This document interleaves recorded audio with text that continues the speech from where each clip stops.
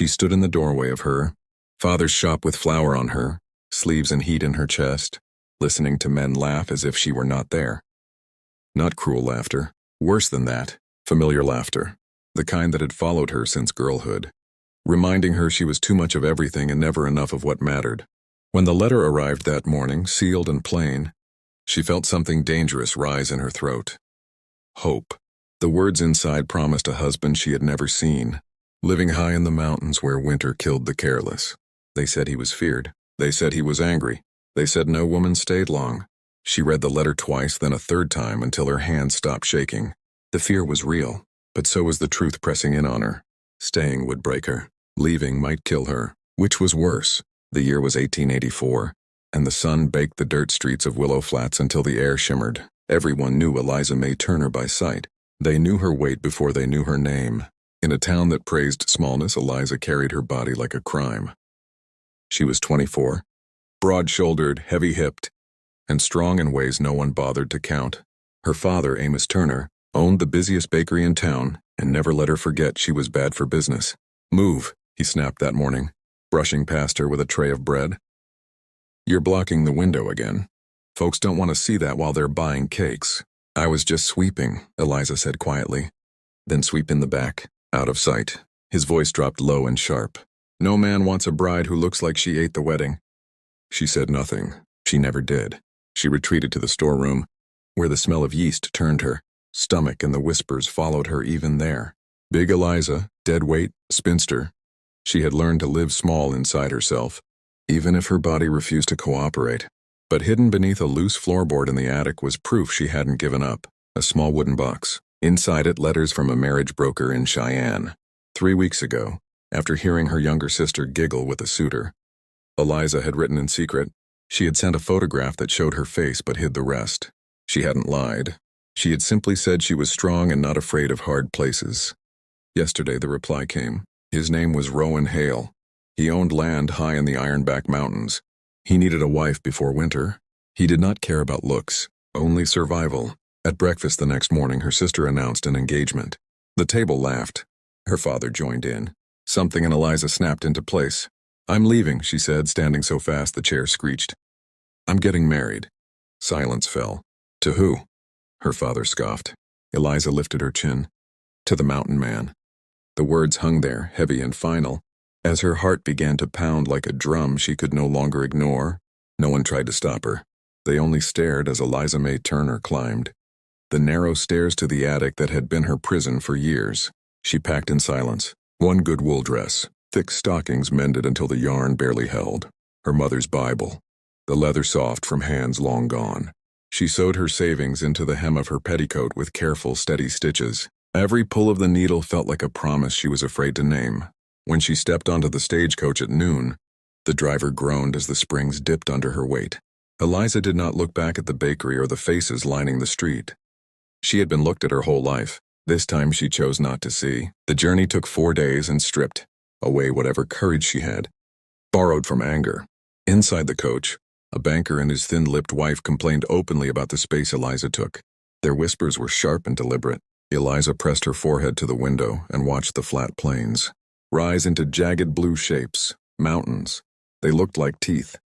By the time the coach stopped at the last trading post, a muddy place called Broken Spur, her legs were stiff and her lungs burned. Snow dusted the ground even though autumn had not yet surrendered. This was where the broker said she would wait. Eliza sat on her trunk with her hands folded, watching the narrow trail disappear into the dark pines. Noon passed, then afternoon. The cold crept in slow and patient. "He ain't comin'," the station master muttered, spitting into the dirt. "Hale don't ride down for nobody." Last man who crossed him left with fewer teeth. Eliza's chest tightened. Had he seen her from the trees and turned away? Had he taken one look at her size and decided she was more trouble than she was worth? Shame rose like bile. She told herself she would wait until sunset. After that, she would leave. She would not beg a man who did not want her. The ground began to tremble. A horse emerged from the tree line, massive and dark, steam rolling from its nostrils. It was no riding horse meant for speed. It was built for pulling the earth itself apart. And on its back sat a man who looked carved from the mountain.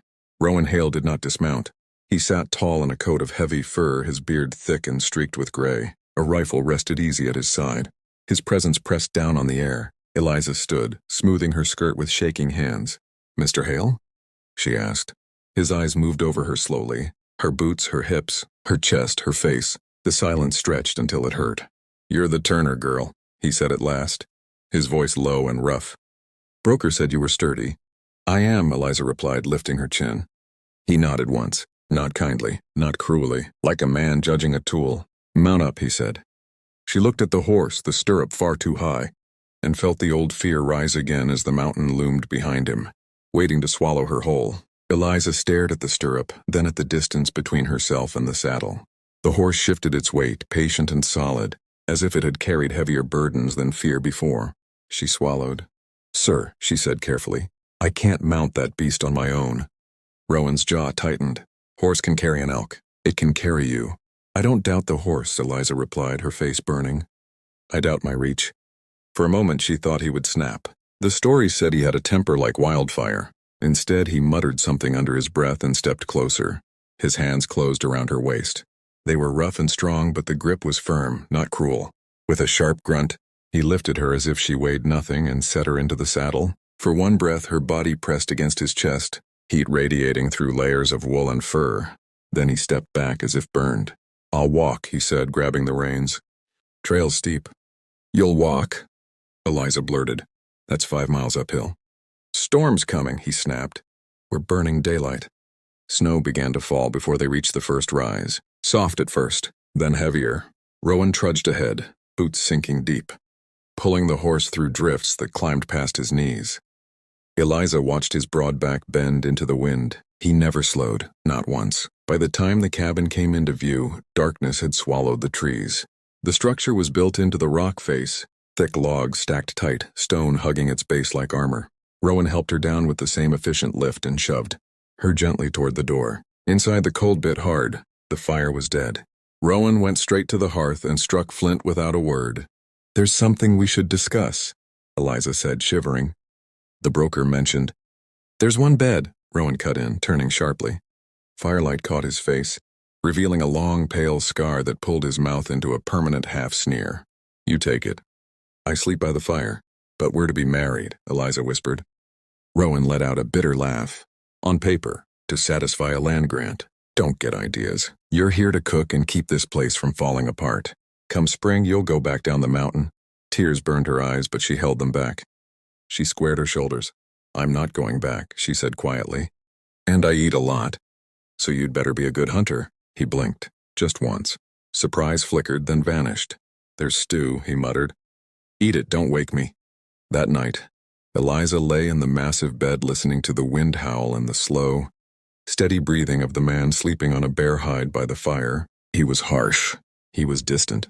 But she remembered how he had checked the saddle cinch 3 times before leading the horse onto the icy trail. Demons, she thought, usually didn't worry about safety. The first morning on Ironback Ridge greeted Eliza with pain. Every joint screamed as she pushed herself upright. The cold had settled deep into her bones, and the thin air made each breath feel borrowed. Rowan was already gone. The fire had been rebuilt, wood stacked neatly by the hearth, and the coffee pot sat empty. He had worked before dawn and left without a word. Eliza stood in the center of the cabin and took it in properly for the first time. It wasn't just rough. It was filthy. Tin plates crusted with old grease filled the wash basin. Pine needles and dried mud layered the floor so thick it muffled her steps. The windows were blackened with soot, turning daylight into dusk. She could have crawled back into bed. She could have waited for him to return and confirm what everyone said about her. Instead, anger lit in her chest, steady and hot. "I am not soft," she muttered. She set to work. Scrubbing the floor on her knees was agony. Getting back up was worse. She found a rhythm anyway. Boil water. Scrape tallow. Wring the rag. Her breath came in harsh clouds, sweat dampening her collar despite the cold. By afternoon, the cabin smelled of lye soap instead of rot. In the cellar, she found flour, lard, and a jar of preserved peaches. She didn't know traps or timber, but she knew dough. By sunset, biscuits baked golden and a peach cobbler bubbled on the hearth. The door banged open. Snow and Rowan Hale filled the doorway. He froze, the lantern glowed. The table shone pale and clean. The smell hit him hard. "What did you do?" he asked. "I cleaned," Eliza said, standing behind the table like it was a shield. "And I cooked." He dropped 2 rabbits on the floor and stared at the food like it might bite him. I didn't ask for a maid. The deed is signed, she replied, heart hammering. But I live here too. Rowan stepped closer. He picked up a biscuit and ate it whole. Then another. Then another. He didn't look at her once. Sit, Eliza said suddenly. I'll dish the stew. To her shock, he pulled out a chair and obeyed. He ate like a starving man, scraping the plate clean. When he finished, he leaned back, the chair groaning. It's edible, he muttered. It's good, she said softly. That night, while he whittled by the fire, he spoke without looking up. Don't scrub floors on your knees again. It's the only way. I said don't. The next morning, a crude mop leaned against the wall. On the table sat a small pile of winter berries. He hadn't said thank you, but he had brought her breakfast. The truce between them held for 2 days. On the third, trouble rode up the mountain. Eliza was outside hanging laundry on the line. Rowan had strung for her when she heard the sound of a horse. The rider looked wrong against the wilderness. His suit was dark and tailored, his boots polished. He smiled like a man who believed he owned whatever he looked at. Mrs. Hale, he said, not tipping his hat. I'm Mercer Voss, representing the Frontier Mining Company. Rowan isn't here, Eliza thought, clutching a wet shirt to her chest. I know, Voss said lightly. His eyes dragged over her in a way she knew too well. That's why I came. She straightened. State your business. The land claim, he said. Your husband's improvements are lacking. A wife alone won't satisfy the judge. He should sell. I'll offer a fair price. And me? Eliza asked. Voss laughed. I'll see you put somewhere suitable. Get off my land. The voice thundered from the trees. Rowan emerged carrying a splitting maul, his face carved into something feral. The air seemed to recoil from him. Voss's horse reared. Now, let's be reasonable, Voss stammered. Rowan didn't answer. He took 1 step forward, maul resting on his shoulder. 1, he said. Voss didn't wait for 2. He spurred his horse and fled down the trail. Rowan stood there long after the rider vanished, chest heaving. Eliza approached slowly. Who was that? She asked. Rowan turned, rage still burning in his eyes. Did he touch you? No. Did he insult you? She hesitated. It doesn't matter. It matters, Rowan roared, slamming the maul into a stump so hard it split clean in half. No one insults my family.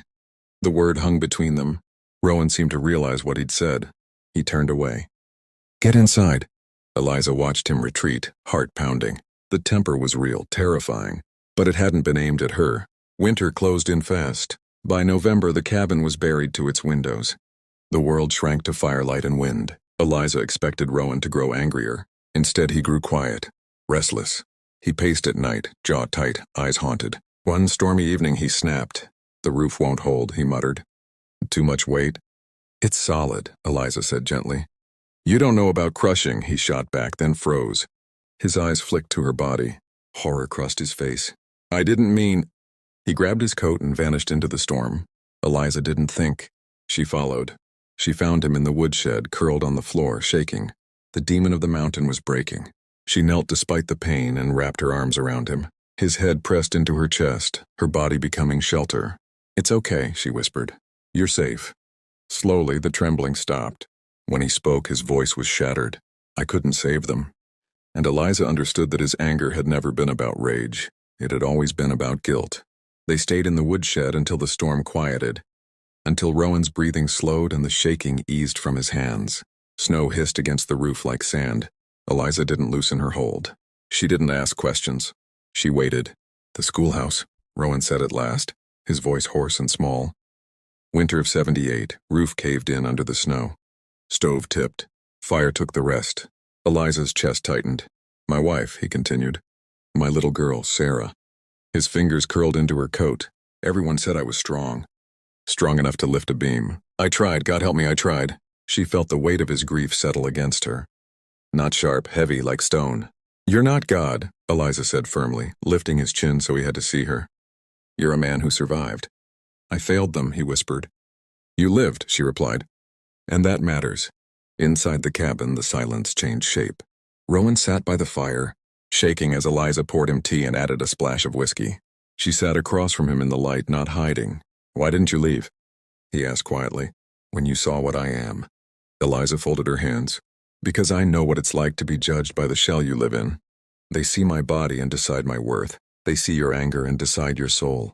Rowan stood and crossed the room. His hand hovered near her face before touching her cheek, gentle as a prayer. "You're not a monster," he said. "You're the first soft thing I've felt in 10 years.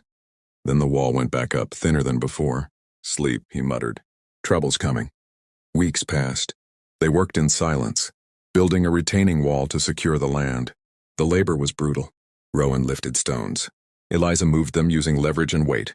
When a slab wouldn't budge, she leaned her full mass into a crowbar and shifted the earth itself. Rowan watched her with something new in his eyes, respect. One morning they found a dead calf blocking the creek. A note pinned to its hide warned them to sell. Rowan's rage surged. "He wants you to react," Eliza said, gripping his arm. "That's how he wins." They finished the wall anyway. 2 days before Christmas, Rowan rode down to register the improvements. He left Eliza alone with a pistol and a promise to return. That night, the woodshed burned. Mercer Voss's voice mocked her from the dark. So did a familiar one from Willow Flats. Betrayal cut deeper than fear. Eliza lit the fuse herself. The explosion shattered the cabin, but not her will. She survived buried in the cellar, praying in the dark until Rowan returned. When he pulled her from the earth, he wept like a man reborn. Spring came with flowers and a new cabin. The land was theirs. People still whispered about the demon of Ironback Ridge. But Rowan Hale told the truth. "She's my anchor," he said. "The weight that keeps me here." And Eliza, once mocked for her size, became the woman who saved him from himself. The morning Rowan left for the outpost, the cabin felt hollow in a way Eliza hadn't known before. The fire burned steady. The walls stood firm, yet everything felt off balance like a table missing one leg. Rowan cleaned his rifle twice, his movements tight and controlled. He avoided her eyes. When he finally spoke, his voice was low. "Inspector's due tomorrow. If I don't register the work in person, Voss can claim it never happened." Eliza nodded. "You'll be back before the snow?" "I'll ride hard." He paused, then reached into the oak chest and pulled out a heavy dragoon, pistol wrapped in oilcloth. He set it on the table in front of her, pointed at the center of whatever comes through that door. "Don't hesitate." The weight of the gun startled her. So did the trust behind it. "I'll be fine," she said, though her throat tightened. Rowan hesitated at the door. For a moment it looked like he might say something real. Instead, he only said, "Bar the door. Don't open it for anyone." When he was gone, silence rushed in to fill the space he left. Eliza spent the day restless. Every creak sounded like a footstep. She kept the pistol tucked into her apron, its cold weight grounding her. By sunset, wind rattled the shutters. She barred the door and lit both lanterns, flooding the cabin with light. Midnight came with a smell. Coal oil. Something heavy struck the porch. Eliza stood, heart hammering. "Who's there?" "Just business," Mercer Voss called smoothly. "Open up, Mrs. Hale." "I'm not alone," she lied. Laughter followed. Another voice joined in. A familiar one, from Willow Flats. "Your pa sends his regards," the man sneered. Betrayal hit harder than fear. Eliza's hands shook, but her mind sharpened. She thought of the cellar beneath her feet. The powder Rowan stored there. The weight she carried, the strength no one ever counted. "Burn the shed," Voss ordered. Flames flickered against the window. Eliza moved fast. She opened the trapdoor and climbed down into the dark, lantern swinging. Her breath came short, but her resolve was steady. She grabbed a small keg of powder and a length of fuse. The axe struck the door above. Wood splintered. Eliza lit the fuse. "If you break that door," she shouted, voice fierce and raw, "I'll blow us all to hell." Silence followed. Then a laugh, unsure this time. The fuse burned shorter. Eliza didn't look back as she dropped into the cellar and pulled the trapdoor shut. Trusting timing, weight, and will, the world exploded. And in the dark beneath the earth, Eliza May Hale waited to see if she had chosen survival or sacrifice. The blast tore the night apart. The force slammed the trapdoor shut above Eliza. Like the fist of God, dirt rained down. The air was punched from her lungs, leaving her gasping in the dark. Her ears ringing so hard it felt like the world had gone silent forever. The cellar shook, then settled, the sound of collapsing timber groaning overhead. She lay curled in the dirt, coughing, counting her fingers, her toes, alive. The realization came slowly, like warmth returning to frozen skin. "Eliza," she croaked, just to hear her own voice. It echoed weakly, swallowed by earth and debris. Above her, the trapdoor wouldn't budge. She pushed with both hands, then her shoulder, but the weight was immovable. Panic crept in, cold and sharp. The air grew stale. Time lost meaning. She huddled against a sack of potatoes, pulling her coat tight, whispering prayers she hadn't spoken since girlhood. Not for herself, for Rowan, that he would come back. that he wouldn't find only ashes and silence. Dawn came without light. Rowan Hale rode through the gray morning on his great black horse, dread gnawing at his gut. He crested the final rise, and the sound that tore from him was raw and animal. The cabin was gone. Smoke curled from broken beams. The woodshed smoldered. Snow was blackened and churned like a battlefield. "Eliza!" he roared, leaping from the saddle. He tore at the wreckage with bare hands, heedless of burns or splinters. Grief crushed his chest so hard he could barely breathe. He had brought her here. He had failed again. A moan stopped him. A boot stuck out of the snow. Rowan kicked it free, pistol drawn. Mercer Voss lay half buried, burned and broken, eyes wide with terror. "She blew it," Voss rasped. "Crazy woman. Blew it all up. Where is she?" Rowan demanded. "Dead," Voss wheezed. "Had to be." Darkness flooded Rowan's vision. He cocked the hammer. "Don't." The voice was faint, muffled, impossible. "Rowan." He froze. The gun slipped from his hand. "The cellar," the voice called again. "I'm in the cellar." Rowan dropped to his knees, clawing at the debris until he found the outline of the trapdoor, crushed beneath a table beam. With a roar that came from somewhere deeper than rage, he ripped it free. Light poured down. Eliza squinted up at him, soot-streaked eyes bright with stubborn life. "You're late," she rasped. He pulled her out and crushed her to his chest, shaking, sobbing into her hair. The demon of Ironback Ridge broke completely in that moment, replaced by a man who had been given back his heart. Behind them, Mercer Voss tried to crawl away. Rowan didn't look at him. All he could see was the woman who had refused to die. A sharp click cut through the moment. Rowan felt it before he heard it, the sound of a hammer being drawn back. He turned slowly, keeping Eliza behind him. Mercer Voss stood a short distance away, swaying on his feet. His fine coat was torn and burned, blood running into one eye. In his trembling hand was a small pistol, its barrel pointed at Rowan's chest. "Touching," Voss spat. "But this ends now. Deadlines today, Hale. Dead men don't sign deeds." Rowan stepped forward, placing himself fully between Voss and Eliza. The change in him was immediate. The grief vanished. So did the wild rage. What replaced it was colder, sharper. "You won't shoot," Rowan said quietly. Voss laughed, high and thin. "Try me." "You're hurt," Rowan continued, voice steady.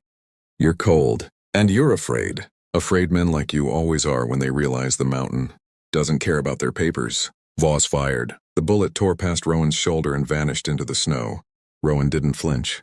He crossed the distance in 3 long strides. With a single backhanded blow, he knocked the pistol away. It skidded across the ice and disappeared. Rowan grabbed Voss by the front of his coat and lifted him clear off the ground. He walked him backward until Voss's heels hit the only standing section of the stone chimney. Rowan's fist rose. Eliza saw it then. The old fury. The weight of every failure clawing to be answered with blood. "Rowan," she called out, her voice rough but strong. He hesitated. "Look at me," she said, stepping forward despite the pain in her legs. She placed her hand flat against his chest, right over his heart. "He isn't worth it. Don't let him turn you into what he thinks you are." Rowan's breathing came hard. His fist trembled in the air. Slowly, he lowered it. He dropped Voss into the snow like discarded meat. "Get out," Rowan growled. "Take your wounded and leave my mountain. If you come back, I won't stop myself." Voss didn't argue. He crawled toward his horse, dragging another burned figure behind him. They vanished into the trees without looking back. The silence that followed was heavy but clean. Rowan turned to Eliza. He cupped her face gently, as if afraid she might disappear again. "I almost lost you," he said, voice breaking. "You didn't," she replied. "And you didn't lose yourself either." He rested his forehead against hers, breathing her in, steadying. Around them, the ruins of the cabin smoked in the morning light. Everything they had built lay broken. But they were standing, and for the first time since the mountain had taken his past, Rowan believed that what remained was enough to build again. They buried the ruins before the snow melted. Not with ceremony, not with words. Rowan worked in silence, stacking charred beams away from the clearing. His movements careful, almost reverent. Eliza helped where she could, dragging smaller pieces aside, her body aching in places she didn't know could ache. The cabin had been their shelter, their battleground, their beginning. Letting it go felt like closing a grave. They slept in the barn that first night, wrapped in blankets and horse blankets and the shared warmth of survival. Rowan stayed awake long after Eliza's breathing evened out, watching her chest rise and fall, listening as if afraid the sound might stop. In the days that followed, word came up the mountain with the last passable trail. The inspector had seen the retaining wall. He had seen the cleared timber. He had signed the papers before Voss could poison him with lies. The land was secure. Eliza read the letter twice, then handed it to Rowan. He stared at the words, blinking slowly as if unsure they were real. "It's over," she said. Rowan shook his head. "It's starting." They began again. The new cabin rose stronger than the last. Wider windows, thicker beams, a roof built to hold against any storm. Rowan took no shortcuts. Every log was measured twice, every joint reinforced. Eliza helped plan the interior, insisting on light and space and a table big, enough for 2 people who took up room in the world. Rowan watched her work with quiet awe. He listened when she spoke. He asked before deciding. Sometimes he caught himself smiling for no reason at all. One afternoon, while fitting a beam, Rowan lost his footing. Eliza moved without thinking, throwing her weight against the support post, bracing it long enough for him to regain balance. He stared at her afterward, shaken. "You saved me," he said. She shrugged. "I told you. Weight has its uses." That night, Rowan didn't sleep on the floor. He lay beside her, stiff at first, unsure where to place his hands. Eliza turned toward him, resting her head against his chest. He held her like something precious, his breathing slow and careful. For the first time in years, Rowan slept without dreams of fire. Spring came early. Snow pulled back from the meadow, revealing green shoots and wildflowers. One morning, Eliza woke with a strange heaviness in her chest, a knowing. She took Rowan's hand and placed it on her stomach. His breath caught. "Is it?" She nodded. "I think so." Rowan closed his eyes, overcome, then pressed his forehead to hers. "We'll build something that lasts," he promised. Eliza believed him, because they already had.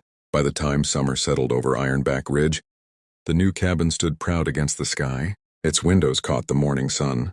Its roof held firm under rain and wind. The mountain no longer felt like an enemy. It felt like a witness. Eliza sat on the porch most afternoons, a blanket over her legs, watching Rowan work. He moved with purpose now, not fury. When something went wrong, he stopped, breathed, and began again. The demon the world feared had learned patience. Down in Willow Flats, people talked. They said Rowan Hale had gone soft.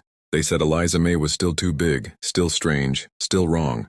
The words no longer reached her the way they once had. Distance helped. So did love. One day, a wagon climbed the ridge carrying a man from Cheyenne, an engineer. He inspected the beams, the stonework, the slope of the roof. He nodded his approval and left behind plans for a reinforced truss free of charge. "You earned it," he said. "Not many couples do." That night, Rowan knelt beside Eliza's chair and rested his head against her belly, listening as if the mountain itself might speak through her. When the small movement came, his eyes filled with tears. "She's strong," he whispered. "She will be," Eliza said, "but she won't have to prove it every day like we did." Rowan smiled at that. As autumn crept closer, the scars of winter faded from the land. Flowers gave way to tall grass. The creek ran clear again. The place that once felt cursed now felt rooted. One evening, Rowan sat beside Eliza and spoke the words he had carried for months. "I didn't marry you because I needed a deed." She looked at him, heart steady. "I married you because you saw me," he continued. "Not the rage. Not the legend. Me." Eliza reached for his hand. "And you saw me too. Not the jokes. Not the weight." Rowan squeezed her fingers. "I see my future."